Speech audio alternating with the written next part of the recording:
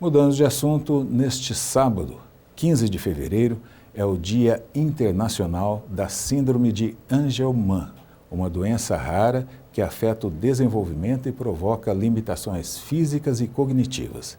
A data foi criada com o objetivo de dar maior visibilidade ao assunto, conscientizar a população e incentivar pesquisas para a melhoria do tratamento.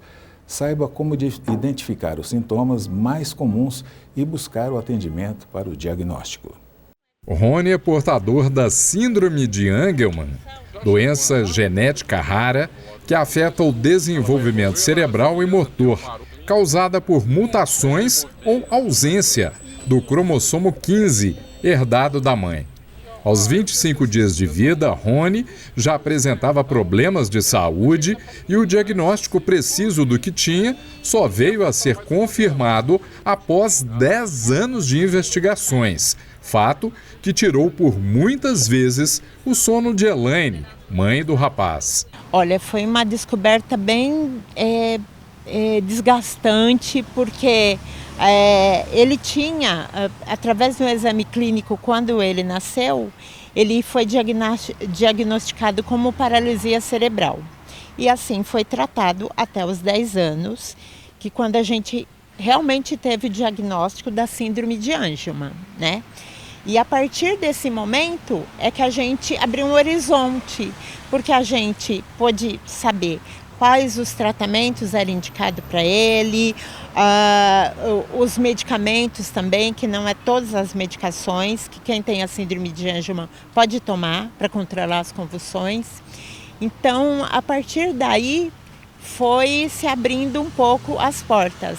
Mas mesmo assim, ainda é muito difícil se ter uma doença rara aqui no Brasil e principalmente nas cidades menores, né? Onde a estrutura não comporta, né? Uma gama grande de médicos, né? De tratamentos, então eu encontro muita dificuldade nisso. Eu só consegui, a médica que fez o diagnóstico clínico nele e depois pediu o exame genético, foi lá no Hospital das Clínicas, porque lá já tinha na época que o Rony foi diagnosticado, já tinham 10 casos. Então, para eles foi até fácil, né? Mas é complicado, porque naquela época, há 13 anos atrás, esse exame era particular. Hoje em dia, esse exame já está gratuito. Só que ainda existe, até mesmo em São Paulo, a dificuldade de muitos pais, muitas mães ter o diagnóstico correto, né? Então é uma peregrinação, o diagnóstico às vezes acontece tardiamente, com 4, 5 anos, então é complicado. Em Varginha, o MIRI, Movimento de Inclusão, Respeito e Empatia, foi criado há 3 anos para a promoção de acessibilidade e direito das pessoas com doenças raras. O grupo busca novas políticas públicas que atendam às necessidades dos doentes raros. Nosso movimento surgiu com a necessidade de trocarmos informações entre os familiares, né? De ter momentos de confraternização. Então o grupo surgiu através de algumas mães, a Sandra Reguim, a Dona Maria de Fátima, a Edmara Firmino e depois eu. E como que é essa classificação de doença rara? Bom, a doença rara aqui no Brasil, de acordo com a OMS, ela é considerada doença rara quando se apresenta em média de 65 indivíduos em uma quantidade de 1.000. Então é uma proporção de 1,3 por 2.000. Para ter um tratamento específico com a parte genética, com os geneticistas, é preciso deslocar para os grandes centros. Aqui na nossa cidade, na nossa região, é feito previamente um diagnóstico clínico e aí sim encaminhado para os grandes centros. Por isso aí às vezes a dificuldade de se ter um diagnóstico tão precoce. Nós estamos caminhando, né? Aí sim surge a necessidade, como nosso movimento, né? O MIRI, para auxiliar nessas questões de utilidades públicas, né, e políticas públicas também.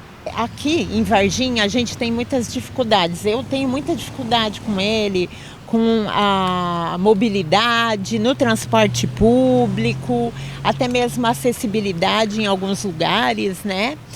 E tratamento médico, infelizmente, não tem. A gente não encontra, né? Então, o que a gente espera é que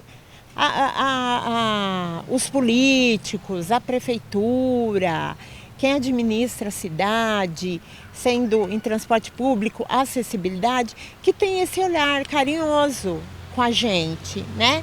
Que tire um pouquinho do seu tempo para ver que a gente é como qualquer munícipe. E a gente também tem os direitos. Então a gente espera isso, né? Eu conheci o grupo faz 2 anos e foi um divisor de águas, porque a gente conheceu outras pessoas que passam pela mesma dificuldade, a gente veste a camisa mesmo, tenta exigir os direitos, né, que não é dado por lei, né? Então o movimento ele tem aberto muitas portas para a gente tem conquistado algumas coisinhas devagarinho, mas a gente tem conquistado algumas coisas. Em Minas Gerais, a síndrome de Angelman está incluída entre as doenças raras atendidas através do PROMAIS, Programa Mineiro de Acessibilidade, Inclusão e Saúde. A iniciativa também garante atendimento para pessoas com síndrome de Prader-Willi, síndrome de Cornelia de Lange, síndrome de Coffin-Siris e síndrome de Patau e atrofia muscular espinhal.